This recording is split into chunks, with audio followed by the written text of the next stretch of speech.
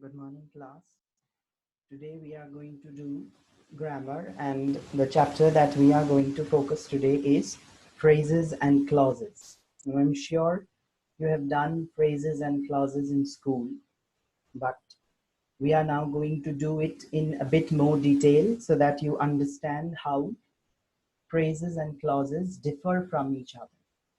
To a very uh, slight extent, they are similar, but at the same time, they are not exactly the same. So we will try to understand what do we mean by phrases and clauses. Now, what is a phrase? A phrase is a group of words without a subject and verb that functions in a sentence as one part of speech. Now, by phrase, we mean that it is a part of a sentence. It's a group of words acting as a noun or acting as an adjective or even as an adverb in a sentence. So first and foremost, you have to understand that a phrase is a part of a sentence. It does not contain a finite verb. However, it can have a non-finite verb. Now, what do we mean by finite and non-finite verbs? We have done in the class while doing verbs and tenses. Finite verbs indicate the tense of a sentence, whereas a non-finite verb cannot indicate the tense of a sentence. So in the phrase, you can never have a finite verb. However, it can have a non-finite verb. And therefore, since it cannot have a finite verb, and since it is only a part of a sentence, it will never make a complete sense. It can have meaning only through its relation to some part of the sentence in which it stands. That is, only with respect to the other part of the sentence, it will make sense. In itself, it will never make a complete meaning. For example, if you see the instances, the first example is the writer was a man of great wealth. So here, the italicized part of the sentence is a phrase of great wealth. Now, if I only say of great wealth, it makes no sense. It is only when I say in relation to the writer was a man, then we can understand that this part of the sentence of great wealth is indicating or it's describing the man. I shot an arrow into the air. So into the air is a part of a sentence. It does not have any subject. It does not have any finite verb. And at the same time, a hero is liked by the people. So here also, by the people is a phrase. So in all these three examples, we see that the phrase is a part of a sentence first. Second, it does not have any subject. And third, it does not have any finite verb. Right. Now we will get into the types of phrases. There are various types of phrases, and the three major types are adjective phrase, adverb phrase, and noun phrase. Now, when we talk about adjective phrase, you have to keep in mind what do we mean by adjectives. Now, adjectives, we know they are describing words, right? So adjective phrase, they work as an adjective. That means instead of the adjective, you are using a phrase to describe the noun. For example, if I say, the judge was a man of generous nature. Now look at this example. The judge was a man of generous nature. Now in this complete sentence, the adjective phrase will be of generous nature, because here this phrase is describing the man or the judge. Or if I give you another example,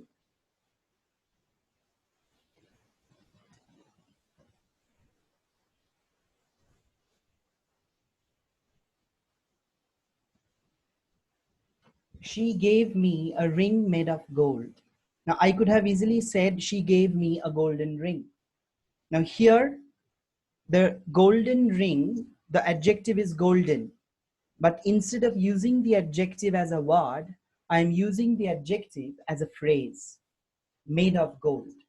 So she gave me a ring made of gold. Here, the adjective phrase is made of gold. Now, you will be wondering that made is a verb. And I told you that in the phrase, there cannot be any verb. So here, let me remind you, made is not acting as a finite verb. The finite verb of the sentence is gave, which is not the phrase.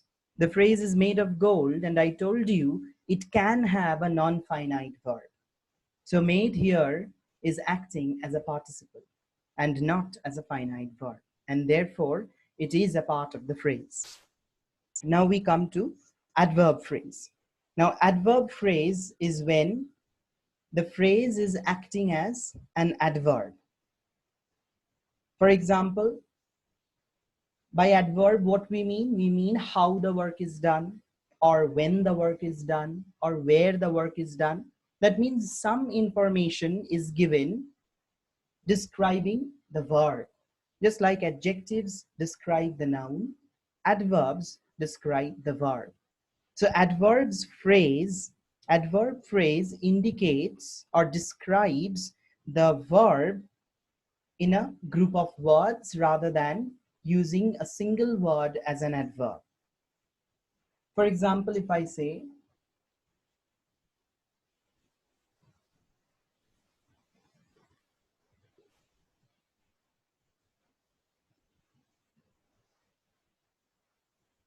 she answered me in a rude manner. So here the phrase is in a rude manner. I could have easily written, she answered me rudely. So rudely is an adverb, but in a rude manner becomes an adverb phrase.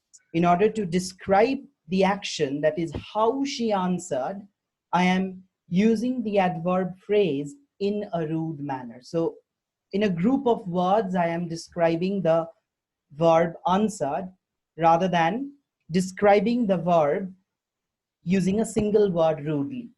So here, in a rude manner becomes an adverb phrase. Or if I say,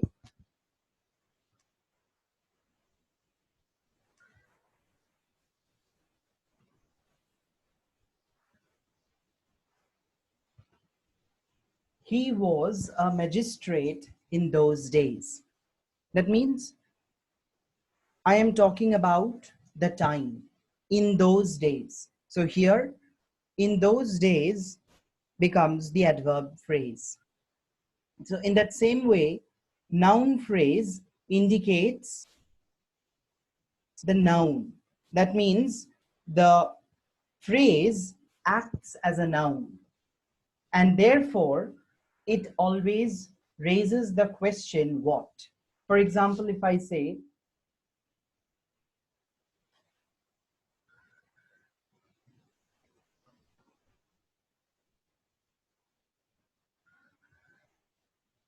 I love to paint pictures. So in this sentence, the noun phrase is to paint pictures, because here it is acting as noun. I'm raising the question, I love what? And I get the answer, to paint pictures. So here, to paint pictures is acting as a noun. And therefore, since I have described that noun using a group of words, instead of saying I love painting, I have said I love to paint pictures. Therefore, this group of words, to paint pictures, becomes a noun phrase. Or if I say,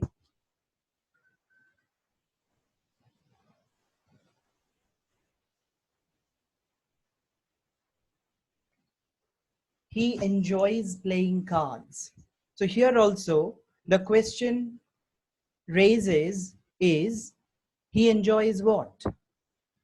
So definitely we get the answer, playing cards. So playing cards is acting as a noun phrase.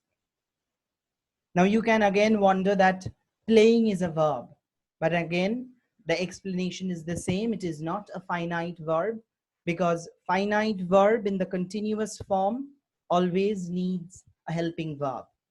Here, it is not acting as a finite verb, but as a non-finite verb. And a phrase can have a non-finite verb. So, phrase is a group of words which is a part of a sentence. It can never have a finite verb or a subject, but however, it can have a non-finite verb. And phrases are of three types: adjective phrase, adverb phrase, and noun phrase. Now we come to the next part of the lesson, that is clause. So a clause is a group of words with its own subject and verb. Now this is where clause differs from phrase. Now, while doing phrase, I told you that it cannot have subject and it cannot have finite verb. On the contrary, clause can have a subject and also a finite verb. And at the same time, clause is also a group of words. So the similarity between phrase and clause is both are parts of a sentence. Phrase is also a part of a sentence. Clause is also a part of a sentence. However, the difference is, firstly, a phrase cannot be a complete sentence in itself. A clause can be a complete sentence in itself. Why? Because a phrase does not have a subject or verb. A clause has a subject and a verb. And the next difference, since a phrase cannot have a subject or verb, it gives an incomplete meaning. On the other hand, because a clause has both a subject and a finite verb, it can give a complete meaning. And therefore, it can also stand as a sentence in itself. However, clauses can also be a part of a sentence. That depends upon the use. Now, let's see the examples. The students stood up when the teacher arrived. So here, the italicized portion, when the teacher arrived, is a clause. If I only say the teacher arrived, so you can see there is a subject, the teacher, and a finite verb, arrived, because we can understand the tense, that is simple past, arrived. At the same time, this is also a part of the complete sentence. The students stood up when the teacher arrived. So this is a clause. The table which has a broken leg is old. So here, which has a broken leg is a clause. Why? Because which here refers to the table, right? So which may be substituted using the subject if I say the table has a broken leg. So there, which stands as the subject, that is a substitute for the table, and it has the finite verb has and a broken leg. So therefore, the part of the sentence which has a broken leg here is acting as a clause. They expected that they would win the match. So they would win the match. They is the subject, would win is the verb, the match is the object. So here again, we can find that this itself can be a sentence. They would win the match, because it has a subject and it has a verb and it gives a complete sense. So this, that they would win the match, is the part of the full sentence, and therefore it is acting as a clause. Now, like phrases, here also we have types. So what are the types of clauses? The first type is called independent or principal clause. Now, by independent, the name itself indicates that it is not dependent on any other part of the sentence. That means the clause which can itself be a complete sentence is called an independent clause. For example, if I say, he could not attend the class. So he could not attend the class. Here the subject is he, verb could not attend, object the class. So we are having one subject, one verb, and this clause can give a complete meaning, and therefore it is not dependent on any other part in order to convey the full meaning. Therefore it is an independent clause. However, if we say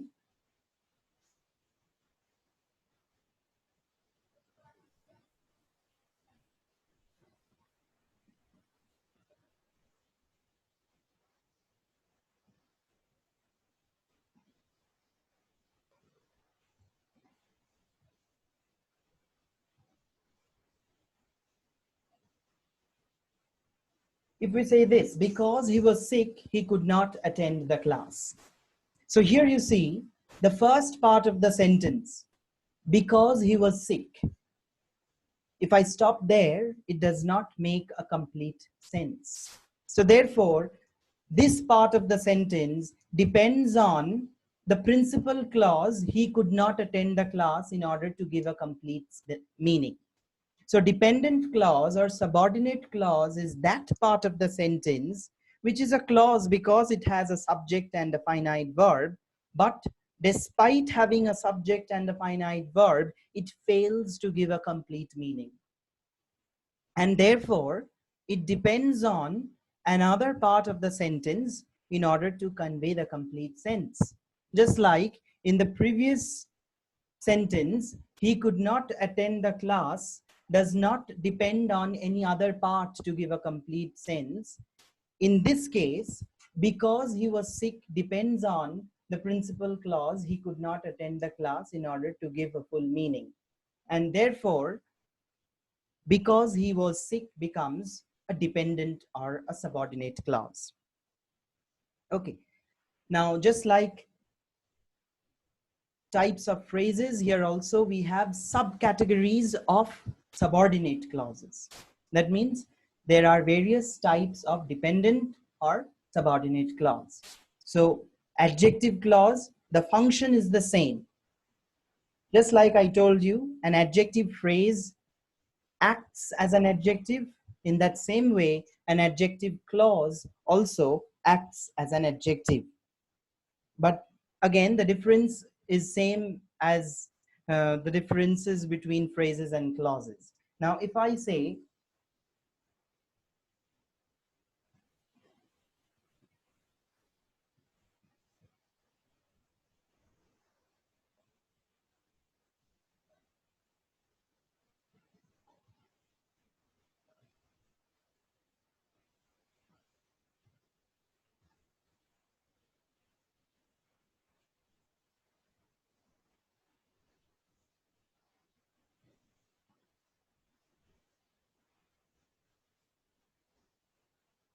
now if the sentence is, when she returned from England,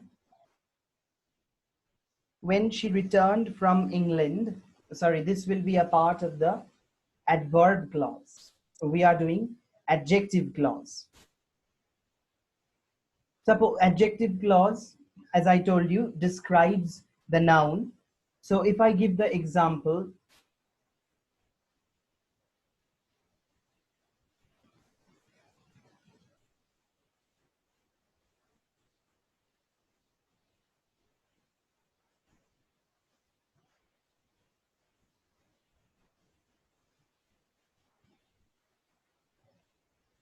a man who is diligent is sure to succeed. So here you see the sentence. It has the clause who is diligent. So who is a substitute for a man.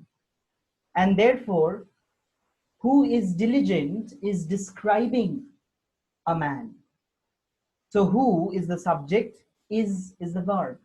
So who is diligent is the adjective clause. Now in that same way, an adverb clause acts as an adverb, and it can be uh, describing the time or describing the place of an action or describing the manner of an action, just like the example which I gave by mistake in the previous case. When she returned from England,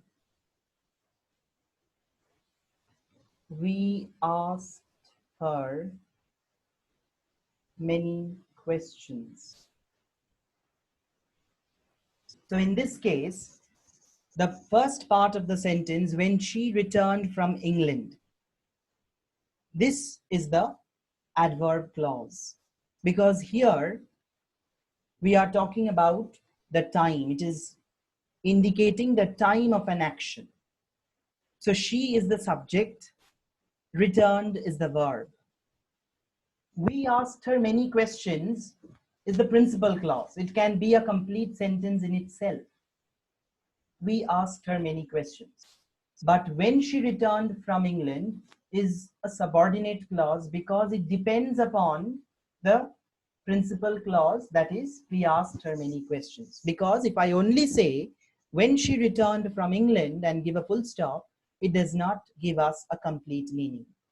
When she returned from England, then what? It would definitely raise the question, what happened after that?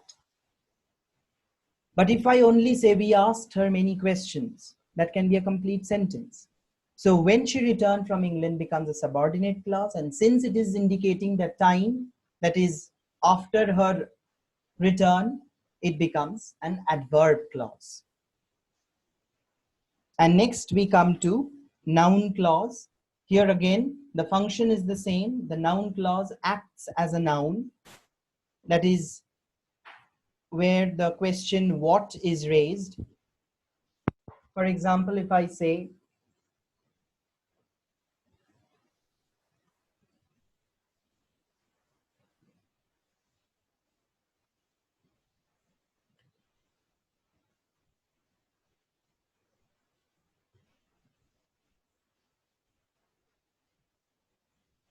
he hopes that he will win the first prize. Now here, that he will win the first prize becomes the noun clause. He hopes what? He definitely hopes something. So we get the answer from the remaining part of the sentence, that is, he hopes that he will win the first prize. So that he will win the first prize becomes a noun clause where he is the subject, will win is the finite verb, right? So he will win the first prize becomes a noun clause. If I say he hopes to win the first prize, then that would become a noun phrase, to win the first prize, because there is no subject and no finite verb.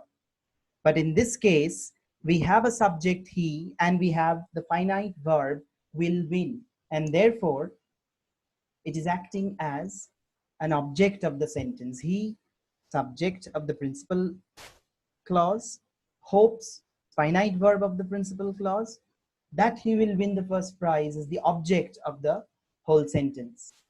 Subject, he, hopes, verb, that he will win the first prize is the object. So therefore, this object is acting as a noun. And hence, since this object is not having one word, but a complete set of words, having a subject and a finite verb, it becomes a clause. And since it is acting as a noun, it becomes a noun clause. So clauses can be categorized into two groups, independent and dependent clause. And dependent clause can further be categorized as adjective clause, which acts as an adjective, adverb clause, which acts as an adverb, and noun clause that acts as a noun. So I'm sure you have understood this lesson. If you have any doubts, any queries, feel free to contact me. The contact hour is given. Thank you.